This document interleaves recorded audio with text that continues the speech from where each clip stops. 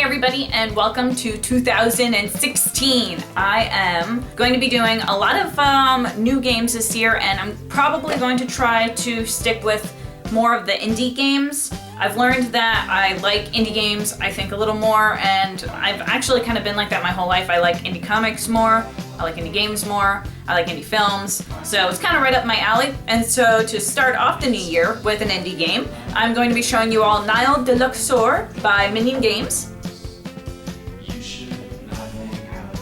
Now, Nile DeLuxor is the second, edition of Nile, and it also comes with an expansion in it. So if you have a copy of Nile and this looks different, that is why. I will be explaining what the difference is between Nile and Nile DeLuxor, but I'm going to stick mostly with just explaining how to play the game. Nile DeLuxor is a cute game. It's a card game where you have a hand of items that you want to plant in your field. And you all take turns choosing to plant things in your field or trying to make fields flood with water so you can score points for the things you've planted in your field. And it's more of like a easier game to play. There's really not too much hard strategy to it, and I really enjoy it, and I'm really excited to share it with you all. So here we go with Nile DeLuxor. So the way I'm going to explain this game to you today, I think, is instead of just explaining it, I'm going to do a quick overview, but then I'm going to do a playthrough, and that will help explain it a lot better, I think.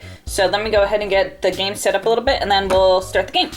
Alright, so in this game, you have a couple of different kinds of cards here. You're going to have your main deck of cards, and those cards are going to make up your hand. At the beginning of the game, all of the players are going to have 5 cards.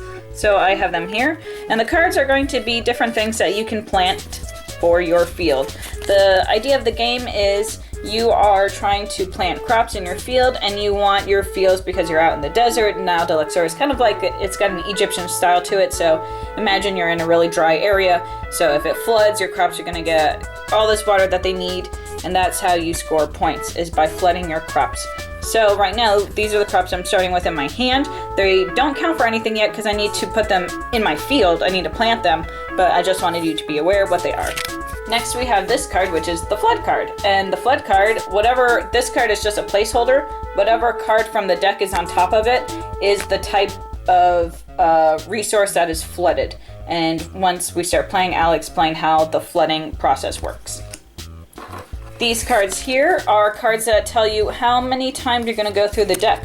The game plays until you've gone through the deck the amount of times per players. So in a 2-player game, you would go through the deck twice. You would only need this card, which will tell you you've gone through the deck once, and you're in your second round of going through the deck.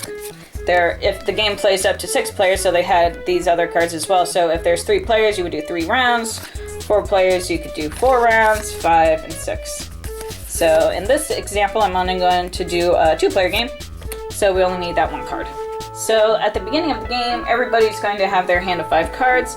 There are 5 steps. Everybody does all 5 steps in the same in the same order, and it begins with flooding.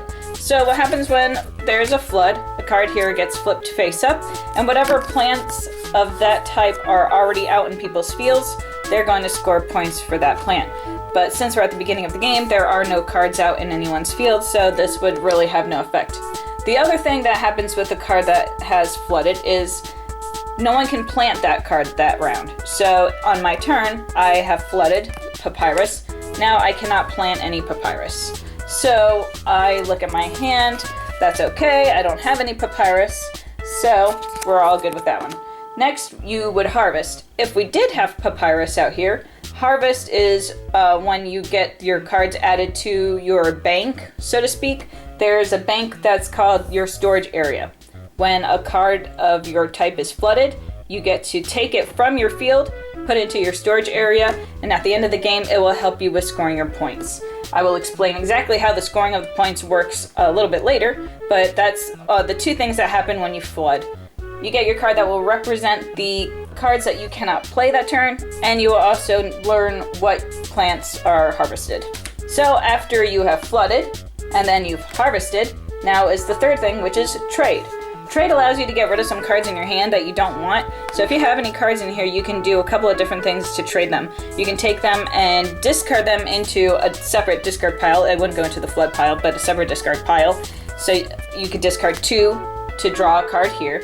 You can also discard 2 to draw a card here and flood again. And if you flood again, the same thing would happen with what happened with the papyrus. Anybody that had cards on their field would be able to go and put them in their storage area. Whatever that card was would now not be allowed to be planted. And this can be advantageous if you do have papyrus in your hand and you wanted to plant it. If papyrus had been flooded that round, now you're not allowed to plant it. Well, let me go ahead and discard some cards and then I'll try to change that. And then I can plant the papyrus that I wanted to. Which brings us to the next action, which is you can plant or you can speculate. And I'm going to explain the plant action right now, and then I'll explain the speculate part in a minute. To plant cards is simply just to take cards from your hand and place them in front of you. And there are a few rules that you can do with planting. You can plant 2 or more of the same type. So I could do like 2 caster, or I could do 2, exactly 2, 1 of each different type. So I could do that, grape and a wheat, or I could have done like a grape and a flax. It wouldn't have really mattered. If I wanted to, I could have even broken up the caster out. I don't know why I would want to do that, but I could have. Or if I already had something out on the field, I can add whatever I want to it. If I had, let's say I already had these 2 out and I wanted to add some more to it and I had them in my hand, I could add it to both. And I could add as many as I want, as long as I have them already out in the field. The other rules there are to planting is if somebody else that's in the game has that type planted already, I cannot plant it unless I am planting more than they already have out. So if someone had, let's say someone had caster already planted out, I wouldn't be able to plant any caster. Oh, I keep hitting the camera. Unless I were to plant more than what they had. So they had only 1 and I had 2, I could do that. And what happens with their caster is they have to discard it into that discard pile. And so those are the things that you can do when you go to plant cards from your hand. And then at the end of your turn, you draw 2 cards from the deck, and that would end your round. I'm sorry, not round.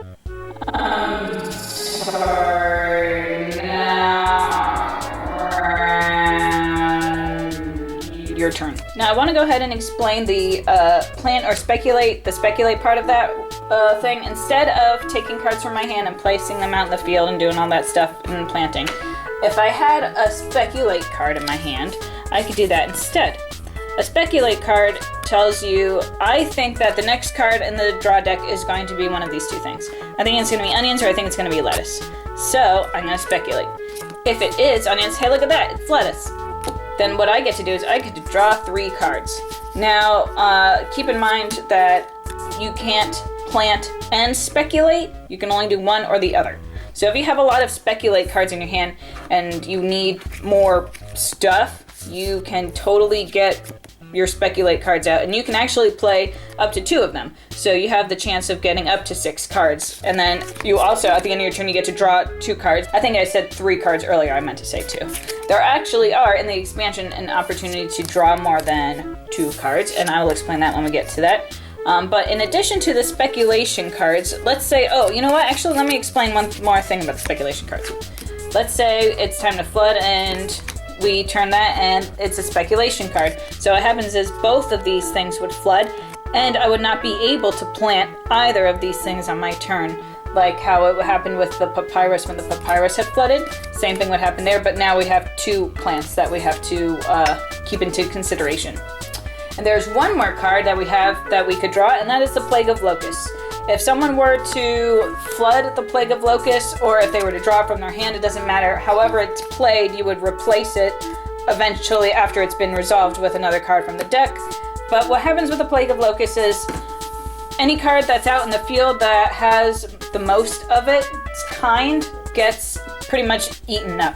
So if there are, let's say this is someone's field here, they had 2 lettuce, 1 wheat, and then their opponent had 2 caster, and then they had 1 flax.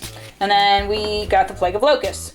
With the Plague of Locusts, it would take the majority. So the majority is 2. We have 2 lettuce and we have 2 caster here. What happens when you have a tie? Both of them get discarded. So it's it kind of can wipe the board and make things a little change up a little bit, but it's just another addition to the game to make it a little interesting. Once you've gone through the draw deck completely and it's time to shuffle up the discard pile and the floods, the flood discard pile, you flip this, and so now you know that you've gone from 1 to the second round of the game. And in a 2-player game, that's all you would do. So you would shuffle the deck up, everybody would keep playing with the cards that they already had, and then once this deck ran out a second time, the game would end immediately. Now with the expansions, there are an additional couple of cards that I need to introduce you to. First is Stone. Stone works the exact same way as any of these other plants. When stone floods, what happens is you take a card of your stone that's out in the field and you discard it instead of getting it put into your storage area. Or if you got stone from your hand and then you chose to plant it into your field, you get to get one of these 3 bonus cards and you get to choose which one you want. This one is the wall, and what it does is when you want to have majority of somebody, it would make somebody have to have majority by 2 or more to outbeat your field. The obelisk lets you draw 3 cards instead of 2, like what I was telling you about earlier. And the Sphinx lets you to harvest 2 cards into your storage pile instead of just 1 card when something gets flooded that is in your field. So let's say I had my hand here and I chose, oh that's not my hand, that's way too many cards of stone. Let's say I had a normal looking hand here and I choose to get some stone out here. I play 2 stone, then I get, because I'm the first person to play stone, I get to pick which one I want. I want to choose the Sphinx, and I'm going to put him on top of the pile. I cannot add to this pile, so once stone, let's say we flip and then we flip a stone card, I have to get rid of one of them under here. And let's say another stone card flips, and I have to get rid of my other stone card.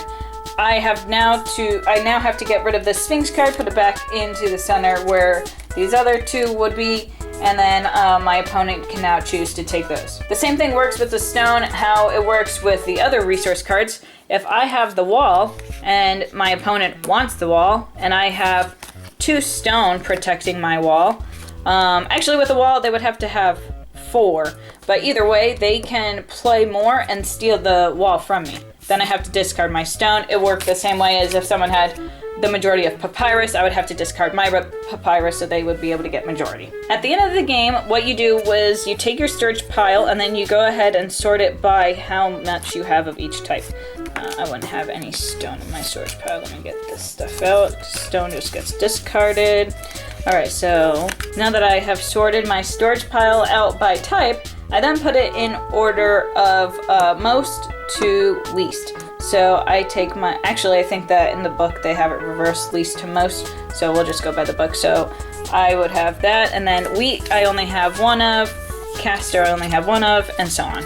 Now that I have it sorted out from least to most, where I have 1 wheat, 1 castor, and then I have my 3 flax over here, and then increases in between, you compare your pile to your opponent's. Now you start from the least, and it's weird because whoever has the most cards in their least amount pile is the winner. So if I have 1 wheat and my opponent had 2 to my 1, he would be the winner. The game does have a couple of questions about rules, which I have gotten around by just, I guess, kind of house ruling it, and I am kind of trying to find out what the exact rules are. But overall the game is great, and I really like the Egyptian theme. I like the fact that when you flood, you get to take one of your crops and you harvest it, and that you can trade cards in and get better stuff, like how you would be able to trade in, things from your field to get other things. And it's just a really fun game. I really like the art, and I like how it's got a lot of these hieroglyphics on them. They made the art very simple, and I think that once you've played the game, it's really easy to play and it goes really quickly. So I would definitely give Nile DeLuxor a thumbs So that was Nile DeLuxor. It's a very cute game. I really like the art and the way that it has this Egyptian theme to it. I've always kind of liked that kind of style and theme. I hope my explanation of what was different between Nile and Nile DeLuxor was easy to understand. If you like this review and you want to see some of my reviews of other games, feel free to check out the rest of my YouTube channel. And I'm also on Facebook, Twitter, and I have a website, CassieElle.com. I will see you next time with my next indie game that I play. Till then, this is Cassie Elle Talks with Nile DeLuxor. That's Waffle Boat.